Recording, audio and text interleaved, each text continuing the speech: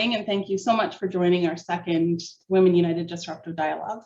I'm Melissa Summers. I'm Director of Donor Relations at United Way East Ontario. It is with profound respect that we acknowledge that United Way East Ontario offices located in Ottawa are on the unceded, unsurrendered territory of the Anishinaabe Algonquin Nation. As guests on this land, may we walk gently and with respect. We'll tackle a few of the housekeeping items just before we begin. We, of course, appreciate everyone keeping their microphones muted during the main part of our program. We will have a few members of our team monitoring the chat for any questions, and we'll be making time after each panelist for a brief Q&A. For any assistance related to our program, you can email Shannon at the email on your screen or just type into the chat if you need some support. We love seeing the early engagement around the virtual icebreakers and think the conversation today is going to be a really great one. And you can definitely further that on social media with the hashtag Women United. So I'll start with a little bit more about what Women United is. We're facilitated by United Way East Ontario. And Women United is really about connecting donors, not only to philanthropy, but the impact we can have on women and girls right across our region. We are local, but we're part of a global movement. More than 6 countries, 70,000 men and women, all committed to making a difference. I'm sitting here today joined virtually by many of our incredible Women United members who collectively and with a shared purpose are investing their dollars to ensure that every woman has the opportunity to thrive. Together, we're investing in women and their families, women who are fleeing abuse and who are not safe at home, women who are empowered as leaders and who are standing up as change makers in their neighborhoods, young women who are working towards a healthy start for themselves and for their children, and women who are moving from crisis towards an equitable and inclusive economic recovery. Conversations like the one we're having today are just the first step in ensuring the most vulnerable women in our communities are supported. The pandemic has exposed really hard truths, many of which we're going to hear about today from our incredible speakers.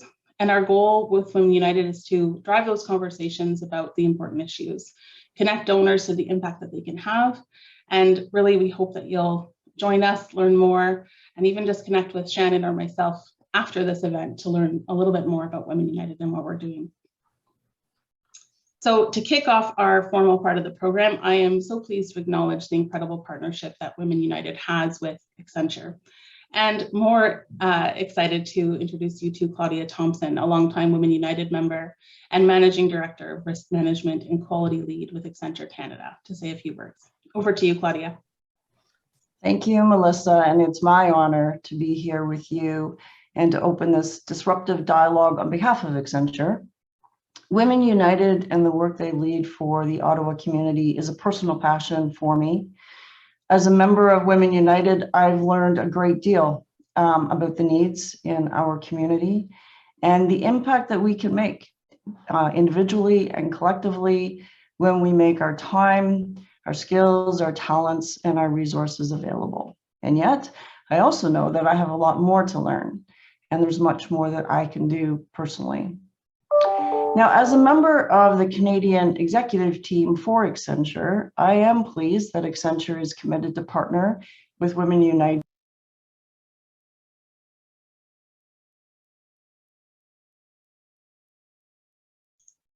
Sorry, Claudia, you just went on mute.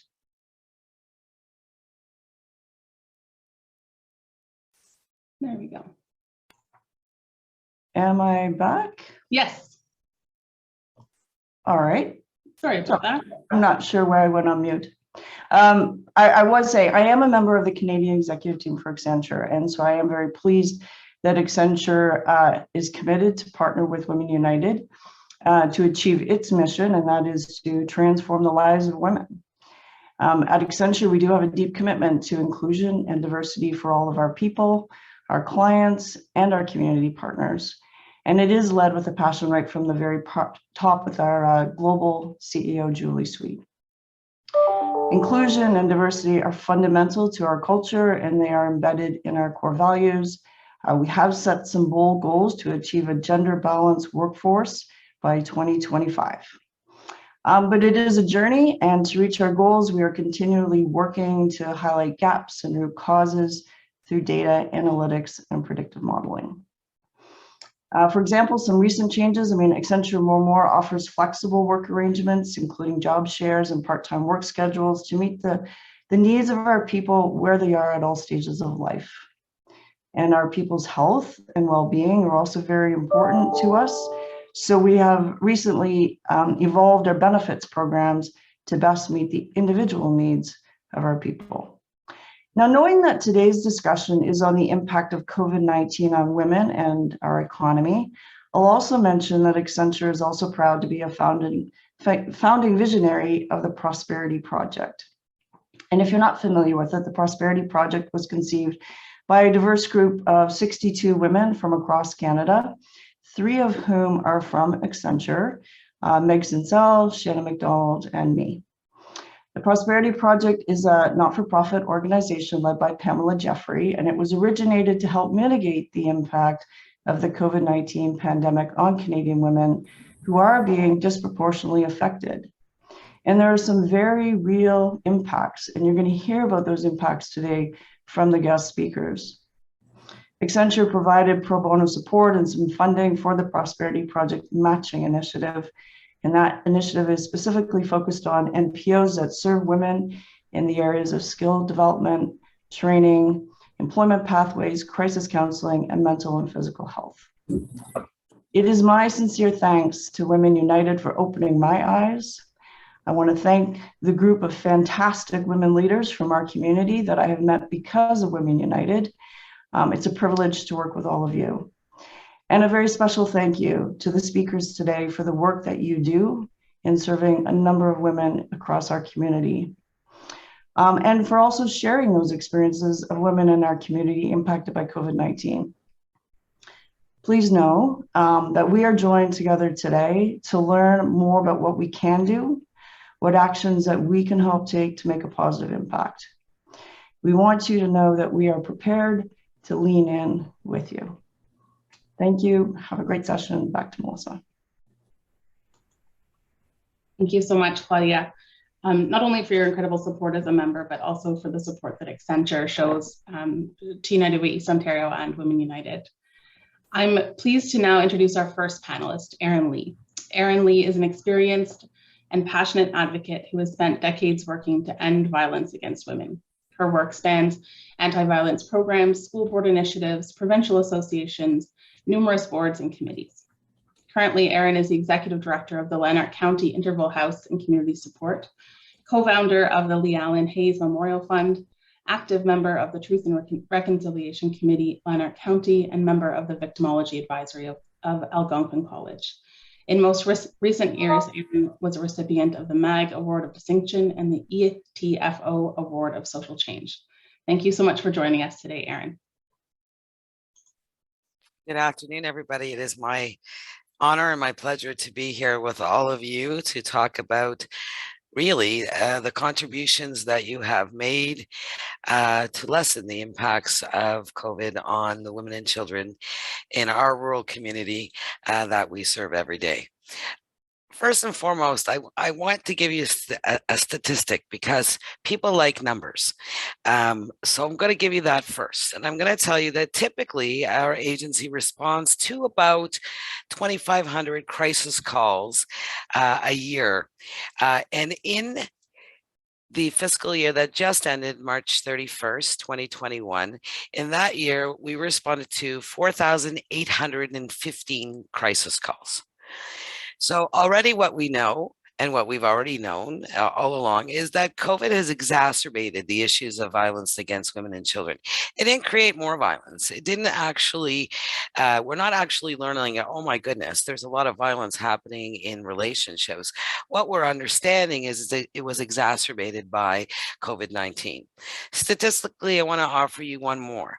And that is that typically in a year, our agency would serve face-to-face about 389 to 400 women and children. And in the last fiscal year, we served face-to-face, creatively, I will add, over 527 women and children. And that is in a rural community that's population is approximately 66,000. Where approximately 51% of the population identifies currently as female. So I'm not going to spend any more of my 12 minutes talking to you about numbers. I want to introduce you to a woman, and her name for the purposes of this talk is Susan, and she has 2 kids. She fled her abuser very bravely when there was a door-to-door campaign going on in her neighborhood to check and see what people needed. She had been living isolated, and because of the lockdown, wasn't able to go anywhere. Her 2 children, who are 7 and 9, were not attending school in person, and the situation at home was awful. At one point when she did call police, it took the police, and it's not on the police, it's on the pressures of the system. It took 40 minutes for the police to get there. By then, the abuser had left and fled the situation. She didn't have any physical injuries to show at that point, and was scared, frankly, to leave. She also wasn't well. The trauma she had experienced, all of the violence, but in addition, she wasn't physically well. So this door-to-door campaign happened. She saw the opportunity, she seized the moment, and she left. And she came to us. So she was ill. So we physically had to support her around isolating. Imagine fleeing violence and then having to isolate again in a very strange new place that is quite daunting in terms of how do I adjust. She continued to receive threats through her phone and any of her contact information. The usual stay that we anticipate for women is approximately 12 weeks. And this woman and her 2 children stayed with us for 13 months because there was no housing, and her safety issue was such. There was no court engagement in terms of rectifying an emergency order or something that would provide some additional substantial safety measures for her in a rural community. And as a result of no court engagement, we had no police enforcement in terms of the police being able to enforce any kind of order of any kind. As you know, or you may not know, kids became an additional larger life-size pawn during COVID, as abusers would attempt to keep the kids or to use COVID as a reason for not honoring a court order. So I want you to think about Susan and her 2 kids who have recently been housed, and they're living healthy in a 2-bedroom bungalow. So what were the challenges? What have been the challenges that we faced? Well, what's come to the surface is, for rural women, access to service has always been an ongoing issue.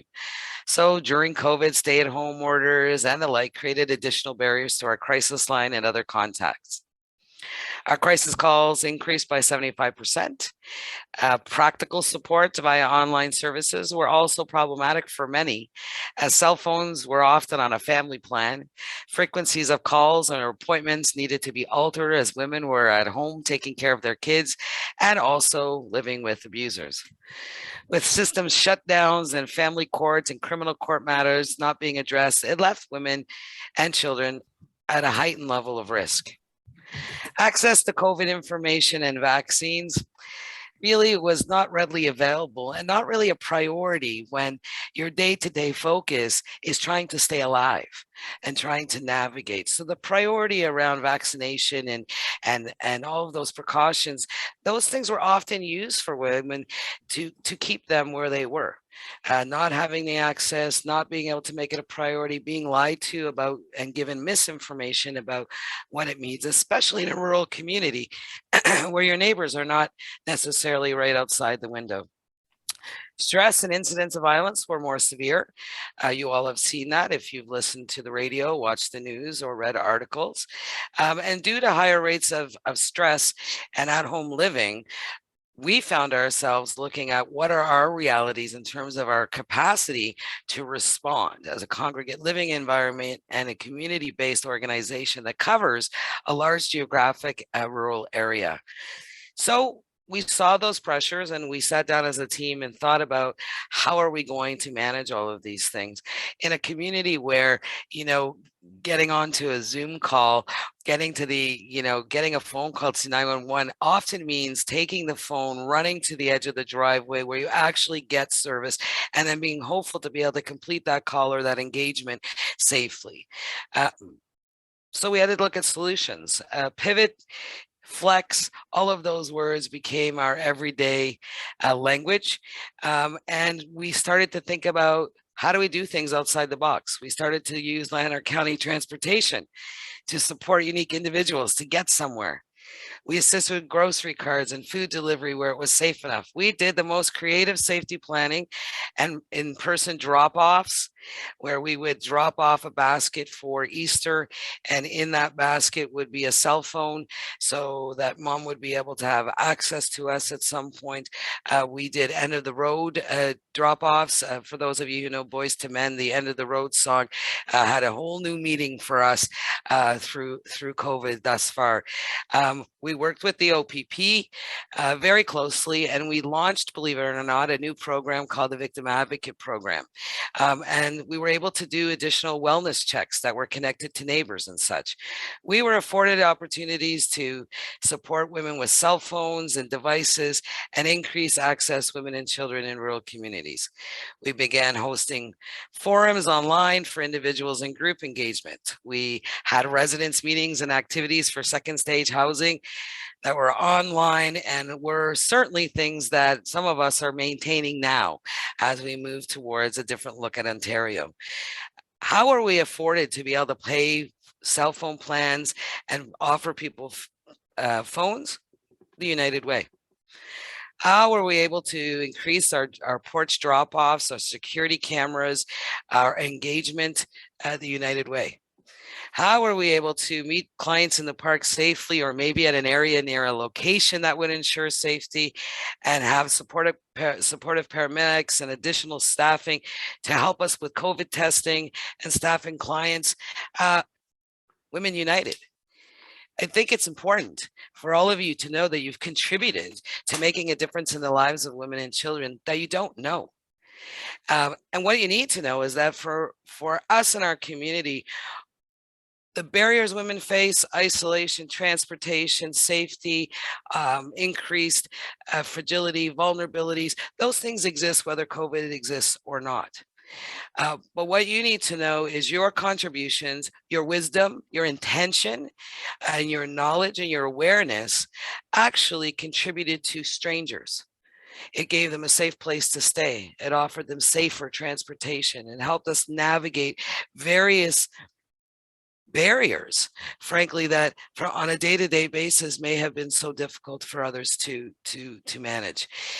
Over the years, the United Way has supported our second stage housing program. During COVID, our community had to come together and create a self-isolation center that folks could access when they were struggling with either compromised living environments, they were at risk, they'd been tested, they were sick, and they needed to go somewhere. And our community came together and we set up our self-isolation center. Our crisis line at Lanark County Interval House and Community Support was used for anyone, regardless of gender, to call if they needed access to the self-isolation center. And when we needed a computer, and when we needed PPE, and when we needed a fax machine, as I look at the former director chuckling, Jane Torrance, the United Way came through. The United Way came through. I have to acknowledge Fraser Scantlebury as well. The United Way and Women United were never shy to say, what is it you need? How is it we can help? It may not be in the realm of what this language in these two sentences says about how we can use United Way funding or Women United funding for, but how do we look outside that box, and how do we access the resources that we have with intention, because we care about the safety of women and children in our community who are isolated and who are dying.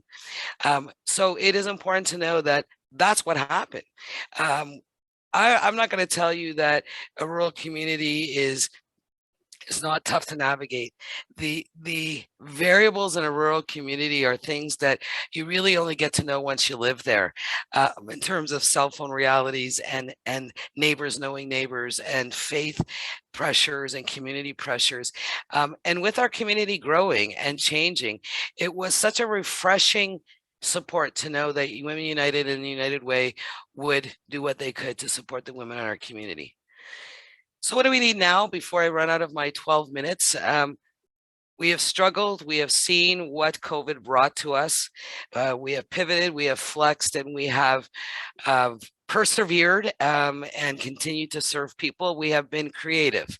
What do we need? We need to continue to send messages to our political leaders. We need to continue to let people know that the exacerbated issues that COVID brought to light existed pre-COVID, will continue to exist post-COVID, and will continue to apply pressures in all of our communities around women's successes, women's economic recovery, around women's access to fair and formal health care. All of those things are realities that we still need to be working on together, united as women, as people from all genders. We need to challenge and look at what the realities of COVID now leave us as we talk about recovery. For us, we talk about reconnecting and recovery and not losing the value of what we've learned and how we've journeyed in the past almost 20 months and what we still have ahead of us. Our systems, I'm not sure about Faduma and others, but I would imagine that our systems understand each other. And those of us who are working frontline face to face, we know the pressure is not over. The pressure is not over because there's access to a vaccine. The pressure is not over because schools are open. The pressures are lived realities for people. Poverty still exists, and fear still exists, and racism and discrimination still exist, and homophobia and all of those other things that existed pre-COVID still exist. So we still need you.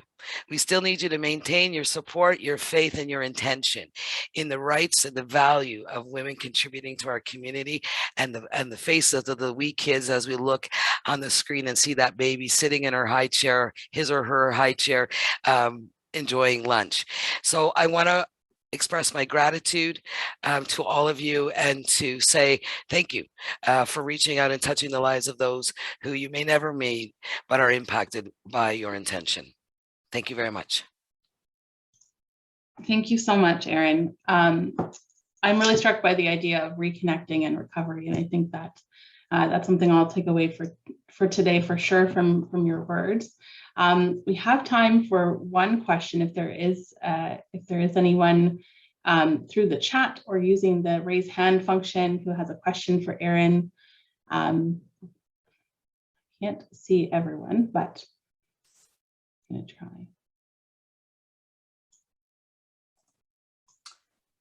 Hi. Oh, Erin Elise has a question. Perfect.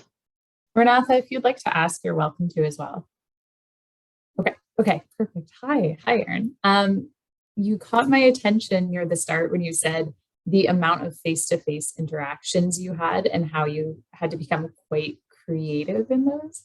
Are you able to share different ways where you did have to pivot or how maybe a little bit more creativity was needed to get those face-to-face interactions happening, especially with the sheer amount that you were talking about? So one of the things that's safe for me to talk to you about is the fact that our children's outreach program created with support, created a connecting child's experience day camp. So that's how it was phrased, and that's how it was put out there. And it was so that we could ensure that over a 6-week period, 4 days a week, there would be eyes on kids, and there would be a contact and a reconnect with our agency outside of the home. So we arranged transportation, we arranged all the meals and lunches, we arranged outings, and unfortunately, as a result of COVID, only 4 kids could come per day, and we had COVID precautions and masks and all of those very things. But imagine the support that provided to those kids being able to be away and to break that cycle that they might have been living at home. And sure, it wasn't particularly exciting. We weren't going to Toronto to the CN Tower, but we were doing activities and we were engaging with kids, and we were able to ensure that they were nurtured, that they had food, that they were able to speak openly. We were able to send things home with them, whether it was a gift card in there for groceries. We were able to use those opportunities to build a bridge and to connect. So that's the safest example I could give you.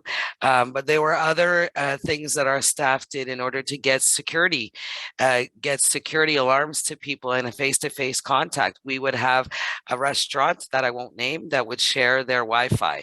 When our staff got close to the restaurant, they would message. When the woman got close to the restaurant, she would message, and we would all of a sudden have a face-to-face contact that looked as though it appeared as though it wasn't arranged at all, because a local cafe said, use our internet. We can't be open all of the time. Let's figure out how we work with you. So again, just another small example. Thanks for the question. Perfect. Go ahead. Great. Thank you so much, Erin, for all that you've shared with us today. My question is, what is one thing that we can do to make life safer for women and children experiencing violence?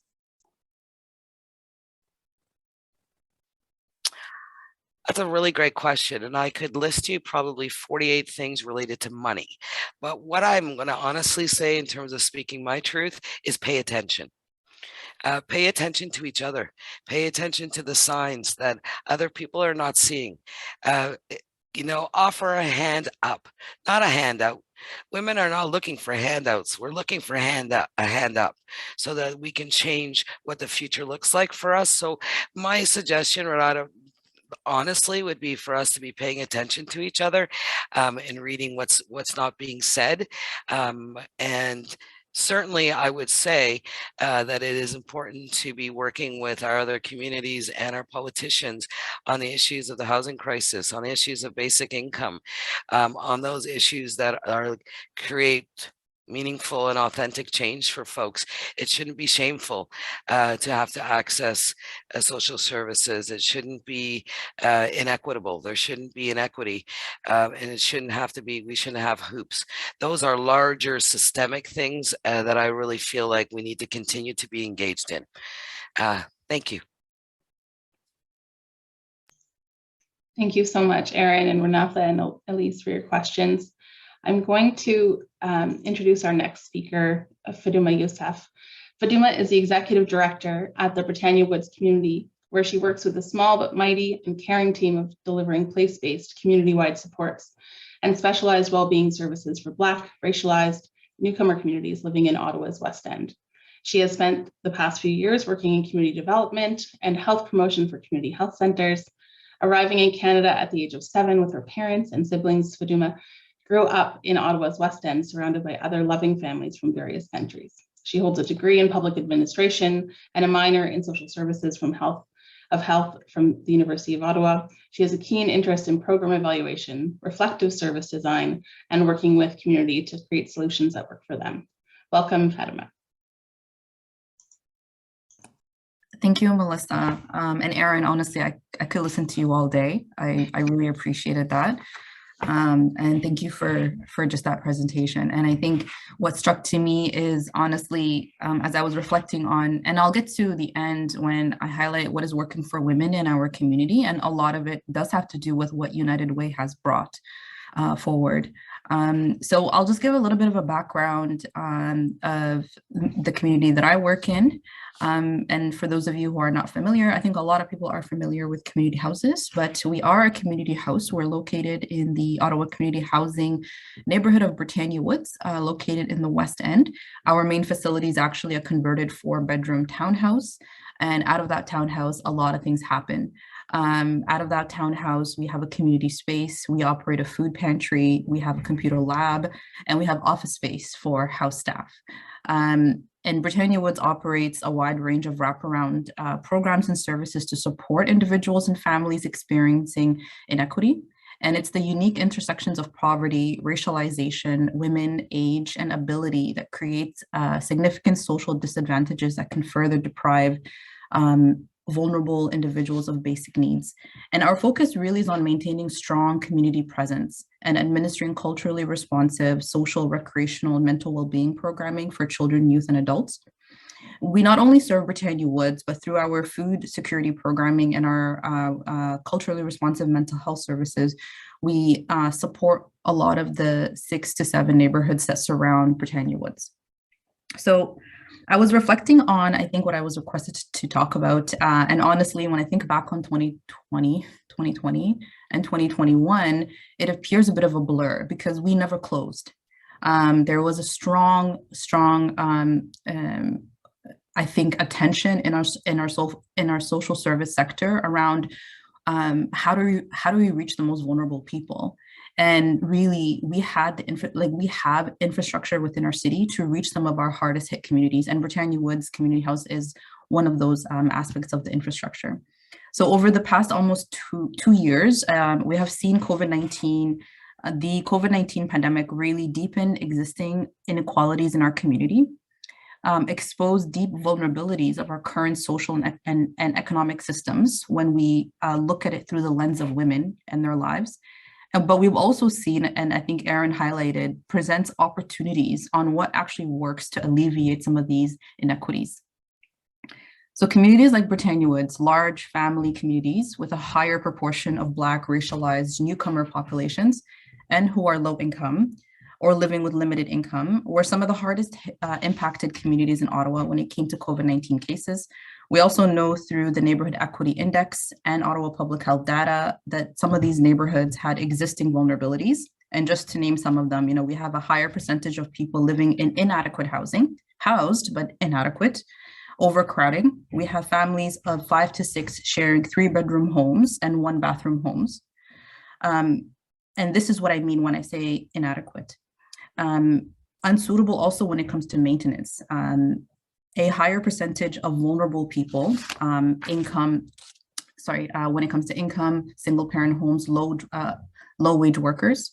We have a higher percentage of part-time, precarious or shift work workers. We have a higher percentage of multi-generational families. We have a higher percentage of people who have experienced overt and covert racism in our city, institutionally and within our community. We also know when it comes to knowledge in our community through the community house that a high percentage of these families are single parent homes and most are led by women. So who are these women? These women, firstly, are caring and dedicated mothers and caregivers. And due to the collective values of various cultures that call our communities home, women are child rearing and taking care of elderly family members or others who are in need of care, either here or back home in their home countries. The women in our communities are essential workers. A large portion of women in our communities work in some capacity in long-term care. So we're talking PSWs, home support, hospitals, and in the service sector such as food, cleaning. They had more direct exposure to COVID-19 at its onset in March of 2020. They were the essential workers within essential workers that people forgot about, but they were the ones that kept our society moving. Some women in our communities are newcomers. Some arrived at the height of the pandemic. Some arrived in January of 2021. And navigating a new country when most of the city and community services went virtual has been one of the hardest and biggest challenges faced by women. What we have seen during the pandemic, the income gap is more evident than ever before. Families relied on community resources to offset meeting their basic needs. So quick injection of emergency funds were necessary not only to individuals through income supports, but through foundations like the United Way, who were quickly disseminating some of the emergency funds. But what made us really understand is how much our community programs were also needed to offset basic needs. We're talking breakfast programs in schools, school lunch programs within the community. We're talking library access of internet, and also the need to have engaging activities for children and youth. Access to technology, I think, that isn't just massive, but I just want to highlight just the absence of libraries and community centers meant households of 5 to 7 would be sharing 2 or 3 devices for schoolwork, entertainment, with always, and one of the things that we find with women is constantly prioritizing children and their needs. This means women are not getting their needs met. Access to healthcare was a major issue that we saw, and communities of color tend to have poor access to the health system. Most women in our community, we're actually calling the community house, trying to find out questions around COVID-19 when the focus is on call your family doctor. Most women in our community don't have family doctors. At a time when timely consultation on health conditions and COVID-19 was recommended, most were without knowledge and relying on walk-in supports. Access to mental health care. Most women in our communities are unable to, prior to COVID, meet their mental health needs. Accessibility due to cost, cultural competency, and linguistic availability being some of the factors. This pandemic has, I think, showed us that mental health care is not a luxury, but something we must perform drastically and quickly within our social services.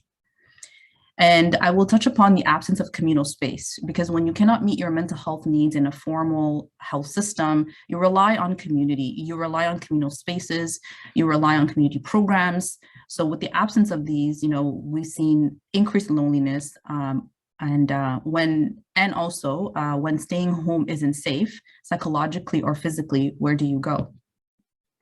I'll just highlight one statistics. At the height of around summer of 2020, we received some emergency funds to establish a mental health support line called the Black Racialized Individual Support Channel. And through that support channel, we have individuals who speak different languages and are able to provide brief mental health support. And I would say 80% of people who have accessed our mental health support line needed mental health support for anxiety, stress, flashbacks, PTSD due to war and conflict. So anytime we saw things happening on the news, we saw a reaction and an uptake within our support line. An example is the explosion that happened in Lebanon. We also saw a resurgence in some individuals experiencing PTSD from being confined into small spaces for a very long time. Grief support was a key thing that we saw happening. So one of the things we have to remember is because a lot of our community members are immigrants, are refugees, they're experiencing grief here, but they're also experiencing grief and loss of people back home, and it's compounding. We also saw an increase in marital distress. One of the key roles of our community house has always been to create space for community members, primarily women, to speak about issues that are relevant to them. And I think with the absence of this, knowing we were able to address it through our support line, we were able to keep the connection going. So the jobs I spoke about earlier, which a lot of our women in our community rely on, are typically shift work, paid hourly, they are without benefits, and require availabilities that are not conducive to ensuring your children go to online school or manage with the lack of after-school programming. That is one of the reasons why we knew we had to remain as open as possible at the height of the pandemic for children's programs. So we prioritized children and food, and that meant we were prioritizing women. We had to quickly reform our space, thanks to United Way, to prioritize our food pantry and make sure we had infrastructure that can continue to serve the people that we were seeing. With the loss of regular school structure, we have seen women take on less shifts or exit the workforce to stay home and give care to their children. It became unmanageable. Respite care for mothers taking care of children with complex disabilities or elderly parents is a major gap, even as we return to the regular school structure. And then I'll just highlight really quickly, because I know this is out of the domain of what we are able to, I think, address, is our social support system, namely, Ontario Works, which is a primary source of income for a lot of families, is insufficient. We haven't seen an increase in rates. We haven't seen a malleability within the system, which continues to stress the need to have community programs for people to meet their basic needs. There are also, with COVID-19, the systems became increasingly inaccessible. So we saw, requests of sending documents through fax. When people don't have access to fax systems, they would need to go to the library. We saw people get their assistance paused because documents were not sent quickly enough. And that meant the community house stepping in, whether it's through just giving forward gift cards or utilizing our crisis funds when the emergency funds were depleted. One thing I will highlight is a lot of our women in our community prior to COVID-19 spent a lot of times navigating systems that they've had experiences that have been racist and discriminatory, Islamophobic, and it became even more heightened when you switch online, when you go to virtual, when you now have structural, what now they're also structurally inaccessible. And then I will highlight the housing and homeless crisis in our city is also gendered when we consider family communities.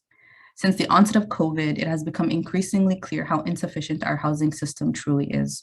We've seen the waitlist grow. And we've also seen families continue to live in unsafe housing, unsafe due to violence, due to targeted shootings. And I feel a focus really should be on the current state of our social housing stock. Staying home in a crowded home that need repair with limited washrooms and spaces is not sufficient. And we've seen the impact of that because we see a lot of children outside. We see a lot of youth not staying home when people are being requested to stay home. So how do we address this? What have we seen that works? I think as we begin to reopen and see the cost of basic needs essentials rising, it is the women in our communities who will be dealing with ensuring the needs of their families are met. We have to consider how do we continue to create efficient transfer funds, not only to organizations that are doing the work, but also to individuals. How do we actually value crisis funding? What do we mean when we say a healthy neighborhood? I think, one of the things we have to start to do is reimagine what our communities really are. We need more community-governed, women-centered community programs, and that means neighborhood spaces that are free and community-oriented. We need opportunities for children and youth, such as homework clubs, learning clubs, because one of the things that parents do is utilize these to offset childcare and the inaccessible childcare system that we have. We need malleable, accessible childcare and respite care. So part of the work that we do, and the reason why we have to keep doing it, is women need time off. So we are open currently Monday to Friday for children and youth programming following COVID regulations. And we see parents rely on that, not only to have the skills acquisition for their children and youth, but also to be able to attend to their responsibilities. And one of the, I think, the biggest innovations that have happened is community-based mental health support that is culturally and linguistically accessible and that is family-oriented. And understanding that, and I think a value of community programs being an essential component of mental health support.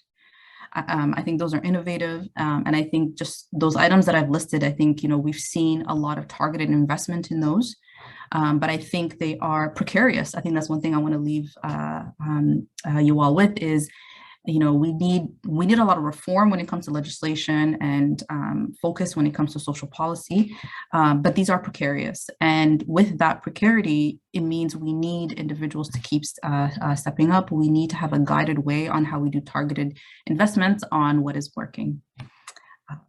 Thank you. I'll just stop there and happy to take questions. Thank you so much. I will open it up for 1 to 2 questions if there is anyone who you can use the raise hand function. I see a number. Jane, I'll go to you first. Oh no, sorry, your hand's not up, that's clapping. Reactions and hand raising. Sorry, everyone.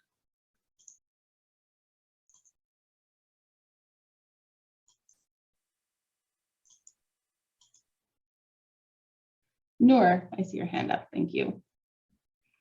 Hi. Thank you, Faruma, for this presentation. And my question would be about how could we increase our outreach, especially for immigrant women and women in rural areas? Because for me, as an immigrant woman, it took me more than 1 year actually to be able to know that any service exists in Canada to help women or families. And it was by coincidence when I met a colleague at a French class. So how could we not wait for coincidence to happen and increase outreach either through the immigration programs or refugee programs or through whatever channels that are available in rural areas? I know Erin spoke about going door to door in rural areas, but how can we increase the outreach through those channels? And that's a really great question, Noor. And it's something that, at least for community houses, you know, because we're located directly in community, one of the key things that we do is active outreach. But I think to go back to your, and that's the benefit of being place-based. But I think to go back to your question, I think we have to embed outreach as a key component of our service delivery. We should never assume that we reached everyone that we can reach. So that means it's an active activity. At Britannia Woods, we, you know, one of the things that we value is having soft spaces. So people coming in as they are, because that's how usually you can now tell people about different services and then they'll invite. So you don't make it so formal, you make it very informal. You give those soft spaces, those malleable spaces that people can just come and be. So we do see a lot of word of mouth. I think also language accessibility.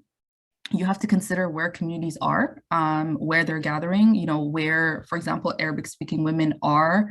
You know, when you come to Canada, usually you try to find whether it's a church, a mosque, or somewhere where you know, you're not accessing formal services, but how do we use that to also get our messages out? And how do we form those unique partnerships as well?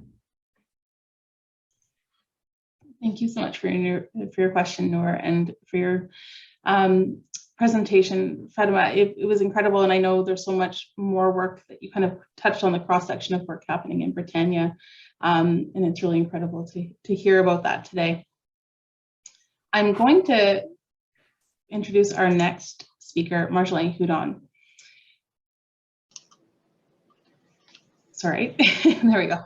Marjolaine is an authentic leader who inspires others to be their very best. She believes that creating meaningful connections with colleagues, clients, and community is key. Since joining RBC, Marjolaine has progressed through increasingly senior leadership roles. As employee ombudsman, she's helped employees speak up and be heard. She oversees a team of financial advisors in a network of over 100 branches all across Ontario, North and East, serving both personal and commercial clients. She dedicates her time to the CHEO Foundation, is chair of the RBC Race for Kids, benefiting youth mental health programs at CHEO, as well as the Regional Victoria Hospital Health Centre in Simcoe, Muskoka. She is on the board of the National Arts Centre Foundation, as well as United Way East Ontario. She is a mother of 3 daughters, and both her and her husband, John, believe in giving back to their community. Welcome, Marjolaine, and thank you so much for being here. Well, thank you very much, Melissa. And I have to share, this is a very special day for me today because it's the first day that I'm back in the office in 20 months. So you can see the office is pretty empty, but it feels good to be back. Not back full time, but I'm telling you, the last 20 months, you know, it's been tough. Our lives have been turned upside down, and frankly, for women, it's been a big blow.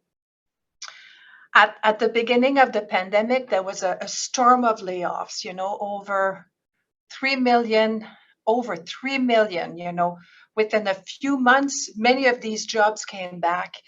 And according to the RBC economics, almost 500,000 lost jobs that were lost during this pandemic were because of women. You know, women lost these jobs.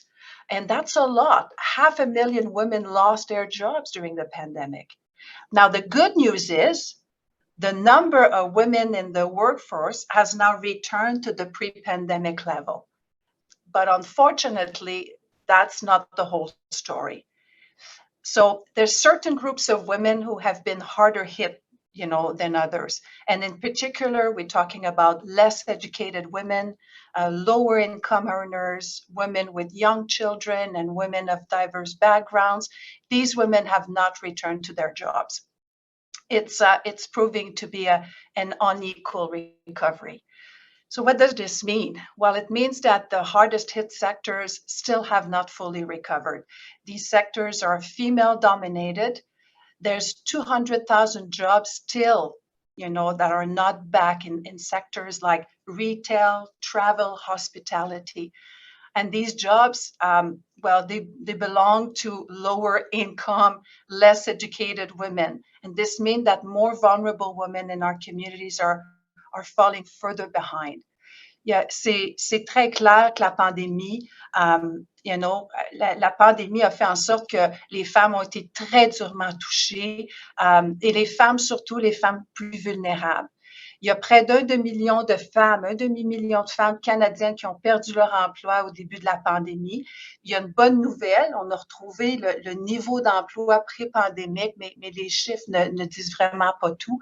Les femmes moins éduquées, de milieux à plus faible revenu, ces femmes-là ont toujours pas retrouvé leur emploi, surtout dans les secteurs les plus durement touchés. On voit que la reprise est inégale entre les hommes et les femmes, mais on voit aussi que c'est inégal aussi entre les différents groupes de femmes. More women than men have lost and left the workforce altogether, and there's a big factor in its childcare. It's not unexpected. With uncertainty around schools, with at-home, online learning, childcare needs increase dramatically. There's a doctor, Robin Henley Dafoe. She's a resiliency and wellness expert. She says that women are hardwired to protect the home. Men have certainly become more involved at home, but the facts remain that women still do most of the juggling between work and childcare. And not to mention caring also for elderly parents. And with the pandemic, that juggling act became almost impossible. Just the other day, we lost another employee. She's been with us for years, and she was making great stride in her career. But she said, "You know what? That's it. It's too much, and I'm being unfair. I'm being unfair to everyone." So, like many mothers, she can't make a move until her kids feel settled, right? Until schools and daycares are fully open and for good. Things are still in limbo.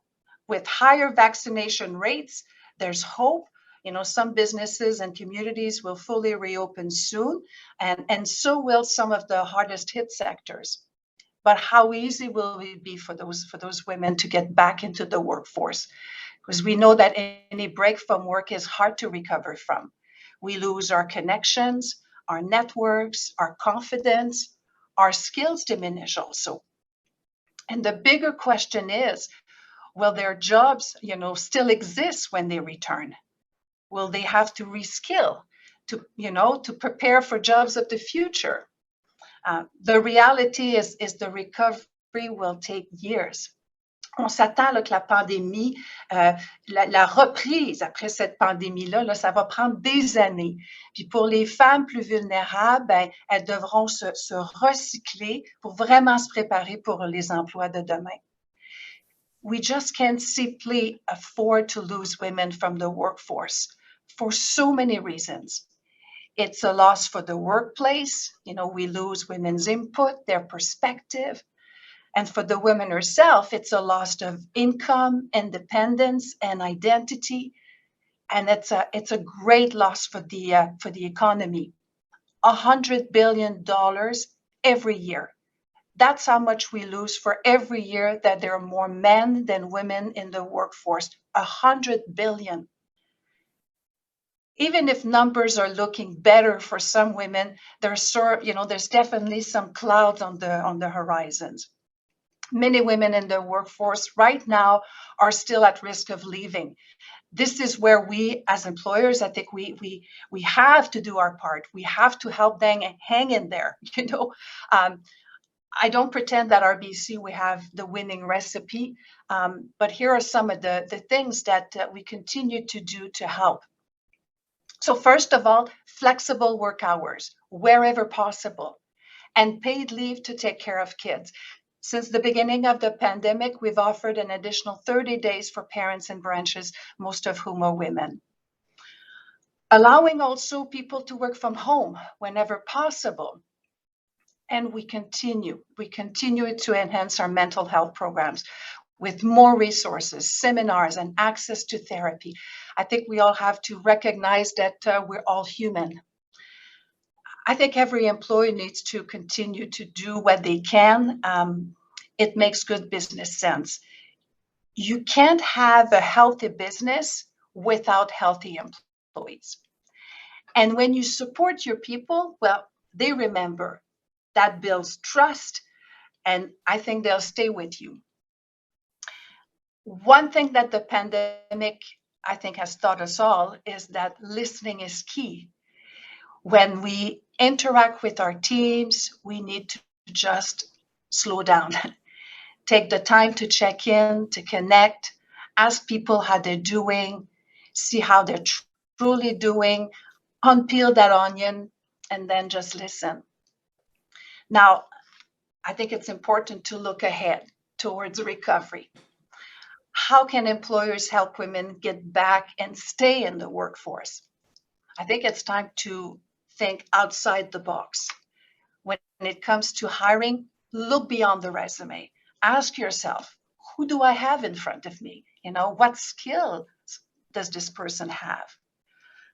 I know for sure if someone from the hospitality industry applies at the bank, I would certainly consider them for a job because they have many transferable skills. And for those trying to return to work, well, let's give them a path. And if the talent is there, maybe they could start even higher. And let's be sure to create a work environment where women feel valued. I think they will be more likely to stay. We also need to keep offering flexibility, and mental health program must continue. Everyone has been bruised. It will take time before we can fully breathe again. And I think let's not forget our commitment to gender equality.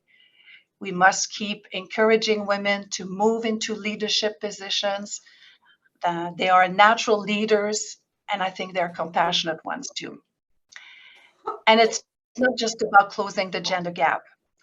There's clear difference between the way professional and higher educated women have managed. The more privileged among us have done quite well. But the pandemic with COVID, it's been particularly hard on racialized and immigrant women. The former mayor of Cornwall, now she's the Senator Bernadette Clément, she saw it firsthand. She said that they're the most likely to work in low-wage, risky, frontline jobs. They have suffered greatly during the pandemic. The pandemic has exposed vulnerability in our society. And actually, in fact, the UN said that COVID-19 has worsened inequalities. We must seize this once-in-a-generation opportunity to build back even better. I think we must keep working to empower all disadvantaged women, because there's no true success until everyone succeeds. There's been so many challenges this past year and a half, but there's also been a chance to reset, a chance to reflect, and personally and professionally. Yes, many of the jobs lost may not return, but there's hope for renewal. In fact, 35% of Canadian jobs were already headed for automation within the decade. That's what our report on the future of work showed. And the pandemic has accelerated that trend in many sectors and forced us to adapt faster. We will need to rethink, retrain, reskill, but women will benefit. Our research shows that women are well suited to the jobs of the future. They have the foundational skills, critical thinking, social awareness, problem solving, and the other skills that they need, well, they're already taking action. More than 3/4 of the young women that were laid off during the pandemic, well, they're back in school. And there's another great movement happening, and it's called entrepreneurship.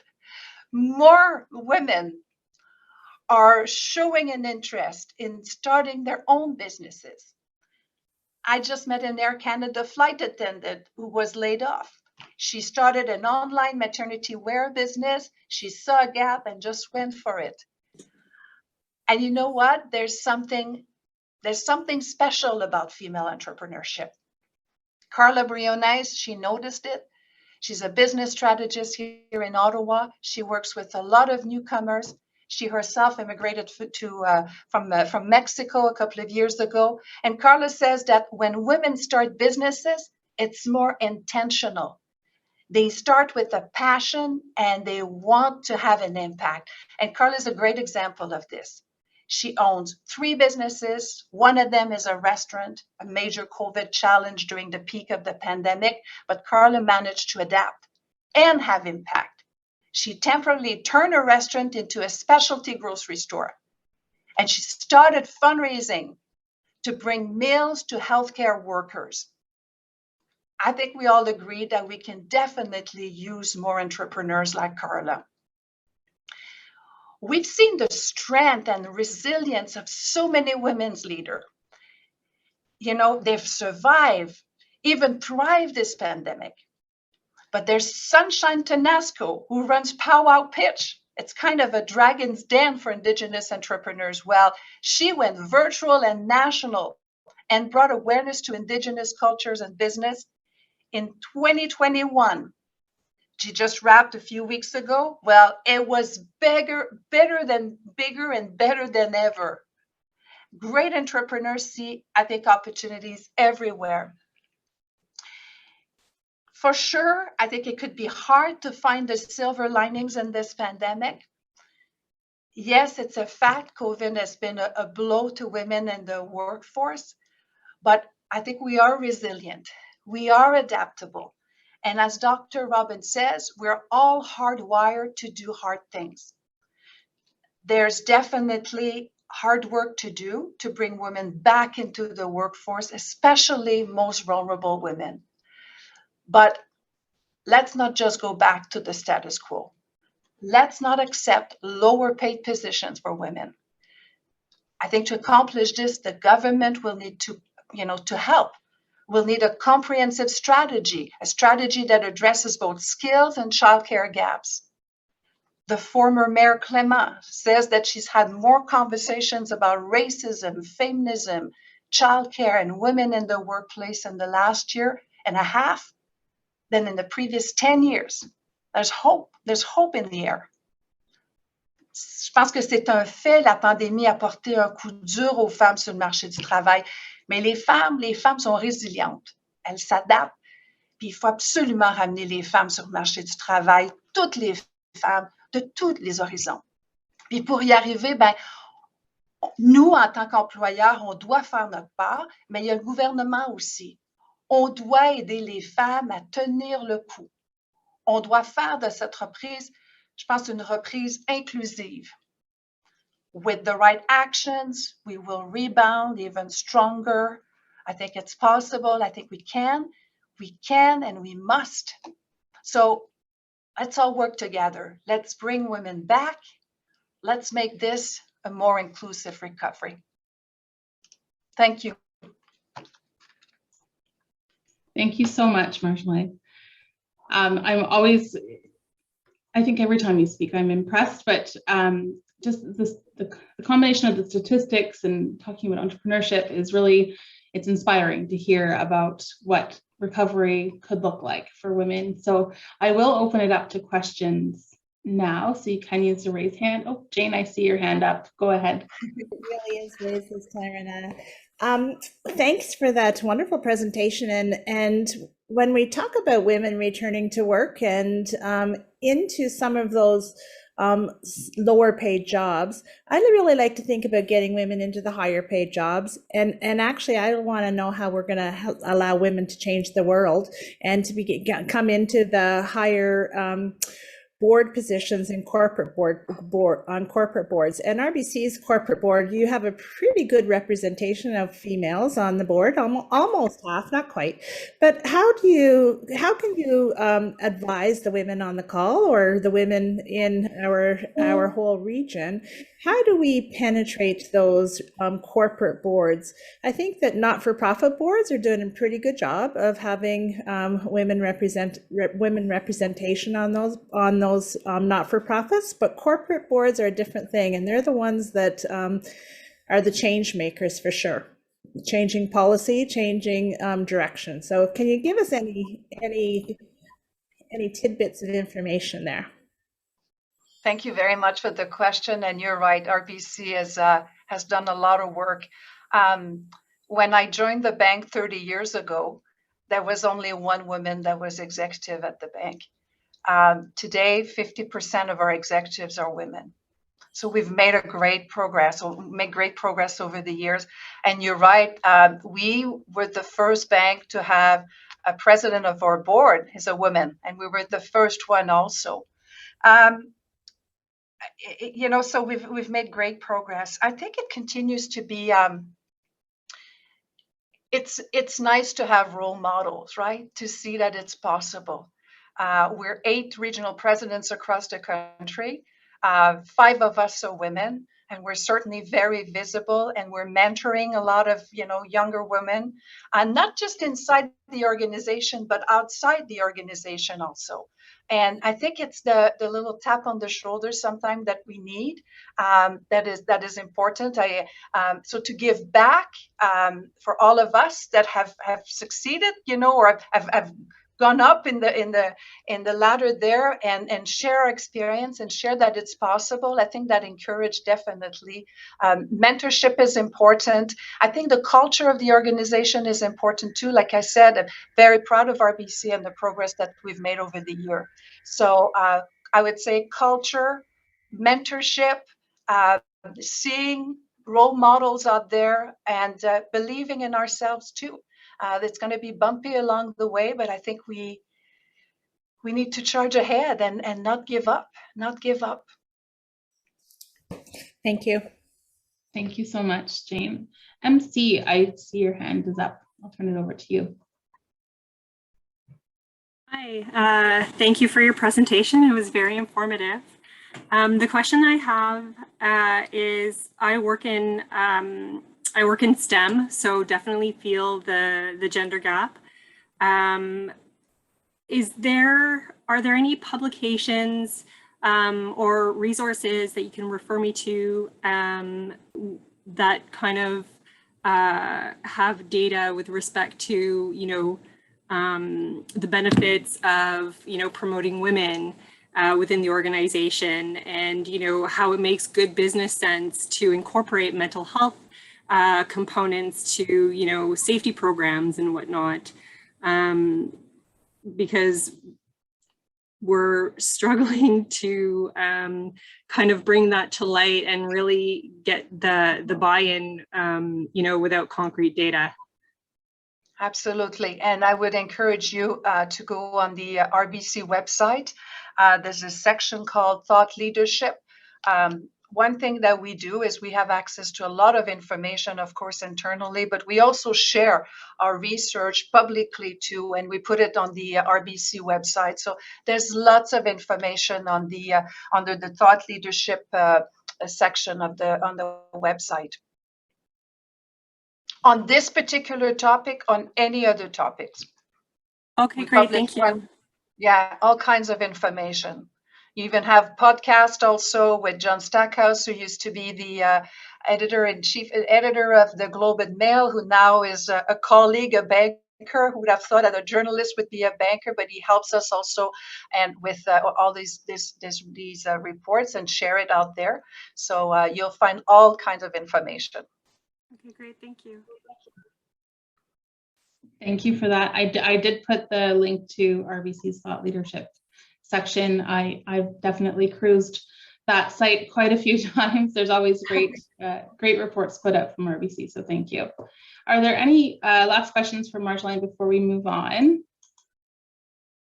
There's a couple of pages here, so I'm scrolling through to see if there's any hands that I've missed. I don't think so. Perfect. Thank you again to Marjolaine, Erin, and Fatima. I think just hearing the different perspectives that you bring to this topic has been really eye-opening, and definitely garnered some new thoughts for me as well, for sure. At this time, I'm going to introduce my colleague Denise Taylor-Gillen to share a little bit more about our work at United Way East Ontario, but also maybe get us thinking a little bit more about what recovery could look like. Over to you, Denise. Wonderful. Well, thank you all. And of Erin and Fatima Marjolaine, thank you so much. We so appreciated your thoughts and bringing your experience to this table. Really important conversation. So I think what I wanted to talk about is how the pillars that we have for Women United, our ambition for Women United here in East Ontario, is really lining up to, we feel, supporting and addressing some of the toughest issues that we're seeing in the community. So, you know, and you saw that in the conversation this morning and this afternoon. You know, how are women and their children faring, and particularly how are young women and their children faring? The concept of women's leadership and how we know that our community will be better off when there's more equitable balance of women in senior positions, whether it's a corporate board, as Jane Torrance mentioned, or in elected roles as well. We are concerned about equitable employment, and we heard from Marjolaine some of the ways that RBC and others are looking to address equitable employment. And then, of course, addressing the needs of women and their children who are experiencing violence. With the lockdown during COVID and the shocking increase in the need to support those most vulnerable women, how important that was. And with Women United identifying those 4 pillars, it allows us, we women, to really have the backs of the women who need us most. And so I wanted to just open the conversation to a few questions to engage in a conversation as we move forward. And one of the questions really is, you know, what does better look like? So think about women's in leadership, think about equitable employment, really addressing the needs of women who are experiencing violence, thinking about making sure that those young women and their children have a strong start, so that, again, moving out of poverty and not staying in poverty. We are all, as a community, working on those issues. We work with government, we work with agency partners. But one of the things that I think for we women to hold on to is, what's that one thing, what that better would look like for any one of those things? What the thing that you're watching for? So I throw that out, and I encourage you to add it. Your answer can be in the chat. You can raise your hand. I've got all of our team looking for raised hands. If you have that one thing that you say you're looking for, what better looks like for any one of those areas, we're interested in hearing from you. And for those that know me, that if we don't see hands raised, I'll always ask for someone, because I know that you've got some thoughts here. I might call on Dania, because I know that Dania has been doing thinking on these issues. So maybe I'll ask Dania to see if she has a thought on what's the one thing that you'd be looking for to be assured that we're doing better. Well, I think, you know, there are a lot of very practical things that you can talk about, but I think underlying it all is actually better data. I think the data is going to tell a really important story about where progress is being made and where it's not being made. And without better data, the gender data gap is something that holds policymakers back substantively. And while it's not one of those things that you feel every single day, its impact is something that impacts your life actually every single day, whether it's how decisions are made about where money is allocated, perceptions of where there is no longer a gender imbalance, things like that. One of the important stories I think that's going to come out of the pandemic is that there is a better conversation about the gendered impacts of different situations and what are some of the misconceptions that we have, because it's wishful thinking that things are better, whereas on the ground you're probably seeing a very different story. Mm-hmm. I mean, having that real evidence, right, and something that's really undisputable. What we're saying is that when we work with other funders, including government, and we're working from the same set of data, it's so much easier for us to align and to work in a way that we're not either competing or we're not getting in the way of each other in terms of the good work that we all want to do. So certainly, so thank you for that. And thank you for letting me call on you, Dania. I also see that Annabella, you've made a note as well. I'm wondering, do you mind expanding on that? Sure, I'd be happy to. Actually, it was a friend that connected me to your organization. So I'm really happy to be able to participate today. So thank you. I really appreciate all the wonderful presentations. I have a passion for the topic about women in domestic abuse situations based on being a child in that situation, growing up in that situation. And I really think it's that summary of some of the key points here today, being able to recognize individuals and their stories, and saying we have policies and procedures here that we can rely on to be able to work with these individuals and come up with these creative solutions as required. There's, the children, we want to help them grow into and out of their trauma, and being able to do that creatively is so key to give women the power to make these tough decisions. Yeah, absolutely. And do you have a sense of, when you talk about creative solutions and it's really about making sure that it suits the individual woman, right? And that it works for her specifically. Absolutely. Do you have any, could you say what that could look like? Do you have a sense of what an example would be? Well, actually, it's interesting because when Erin was speaking, I think it was Erin, one of the first presentations earlier, she provided some examples, and I could really understand that. I was trying to put myself in, having lived in the rural community when I moved here many, many years ago. I lived in the rural community, and I was trying to put myself in those shoes, and I could see the examples that were being provided there. So really understanding your client, really understanding the person that you're working with. I've heard it throughout this presentation where people really listening to what they need, maybe their roadblocks, what their fears are, understanding what those fears are, and how you can support them together. So a lot of the things have been shared, I think, too, from the other presenters.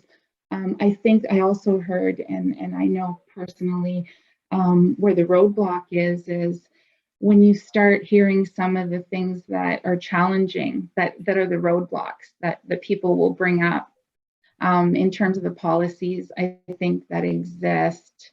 At that point, that creates fear for someone in that situation in terms of, this may not be available to me. This is going to be a big challenge for me. How am I going to move forward without that support, or limitations and restrictions that may exist? It's hard to make such a life-altering decision where you get focused on the challenges of what's not available rather than what supports are being offered to you. As someone in a victim's position, if you will, they're coming at it from what they're afraid of. And so that creative solution is so important to address those fears. Yeah, And we know, right, that when we humans are under a great deal of stress, it's very hard for us to be creative, and we become quite fixed on barriers and what the problem is, but it becomes harder and harder. So sometimes we need a little help up in terms of looking at, and it needs to be in a trusted relationship, of course, but give us that looking up and out, which then allows us to make those hard decisions. Thank you. Absolutely. Thank you so much. I see Erin, thank you, Erin, for including in the chat. You know, you spoke to better means, clear and transparent access to education, childcare, value for life experience, recognition of education as it relates to value of formal versus informal education, all of those things, right? That terms of what it is you really need in an employee. That it's the experience that they have and the skills that they bring, even if it is not a direct line to the previous to their previous work. Access to justice for a victim-centered approach. And work from a strength-based approach. So we lift up and not create limits, and we don't stigmatize, right? I think that's the other piece. You see lots of chat in the chat, lots of notes in the chat. So I appreciate that, and thank you all for that. I have an additional question, and I will leave it with you, but open to one or two folks who would like to share, because it is quite personal. But you know what I'm looking for is if each one of us could do just one thing that would help to address some of the challenges that we've heard about today, address some of the gaps. What would that one thing be that we would feel confident would support one of the women that we heard about today? So think about that. What is the one thing that you would take home today in your work life, in your home life, in your community life, that you feel that you could commit to that would help the vulnerable women that we're talking about today? And I'm going to look to my colleagues and friends to see if you see any hands up. Is there any one person?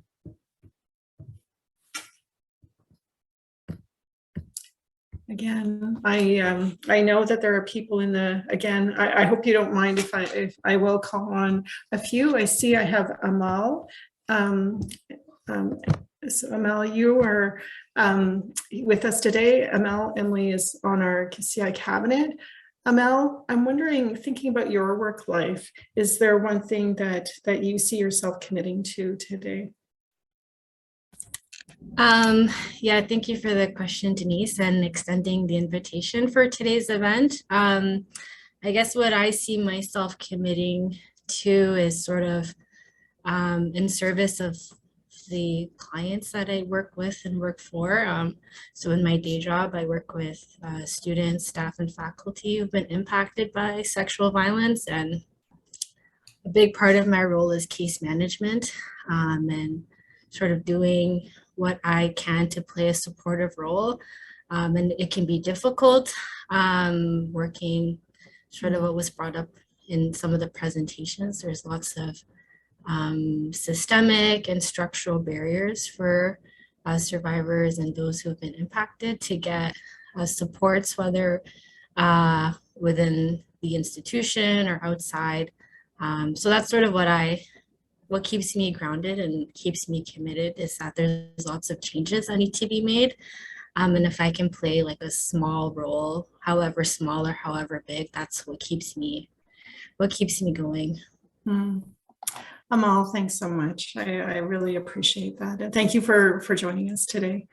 I see I have Carol Banya-Entz and we have Claudia Thompson. I'll start with you, Carol, and then Claudia. Hi, I mean, I think I mentioned in the chat how I was the whole question of respite really resonated with me. I currently work for the Ministry of Children, Community and Social Services. and I just really am like passionately concerned about the lack of respite in this community for children and for adults. And it became so incredibly challenging during the pandemic. I've heard from so many very desperate families. And so as we're looking at it right now, I want to bring back kind of Faduma's voice to the conversation and the important decisions that we're making at our regional office. Yeah, I want to commit to that. Yeah, great help for caregivers, right? I mean, whether you're a person looking after your elderly parents or grandparents, whether you have a child with a disability at home, whether you're a senior with adult child with disability, right? All Absolutely. And in terms of that pressure that both Aaron and Fatima talked about for families, right? Yeah. That's right. Thanks so much, Carol. Well, I think we want to talk to you about that too. So let's go to Claudia, and then I'm going to hand it back to Melissa after Claudia. Yeah, thanks, Denise. I think I was most intrigued, and I want to learn more about the housing crisis that I heard today from both Aaron and with the Britannia homes. I don't appreciate exactly the root cause of it or how we solve for it, but I'd like to better understand that. I mean, Fadima, I mean, everyone deserves a home where we feel safe and secure and the comforts of home. And how do we do that, right? So I personally will seek to understand more about that and sort of the different agencies and ministries that might be involved in that. And then more importantly, I think how I can personally volunteer in some capacity to help. So that's the takeaway for me as well in that whole area of the housing crisis. Yeah, thank you. Melissa, I see that Aaron. So yeah, myself. Go ahead, Aaron, and I'll close us off. Okay, I just wanted to say that the one thing I would fight for is to see housing as a right, not just a responsibility. That I would challenge the way that arrears are controlled and managed and who's responsible. I would try and control the rent gouging that is happening, and I would try and encourage people to challenge themselves to unlearn some of the ways and lenses that we've been encouraged to embed ourselves in over our lifetime, because I think that we could, if we unlearn one thing during COVID, it would be awesome. And I unlearned about expectations during COVID. And so I would just challenge people to think about how to unlearn something. Thank you. Thank you so much, Aaron. I just want to sincerely thank everyone, our speakers, our participants, everyone who has joined us on the call today. I think for me, and probably for so many of you who have been active in the chat, I think better for me looks like continued learning. Better for me looks like continued engagement with the experts and the people who are working on the front lines to inform what our advocacy looks like, what our investments look like.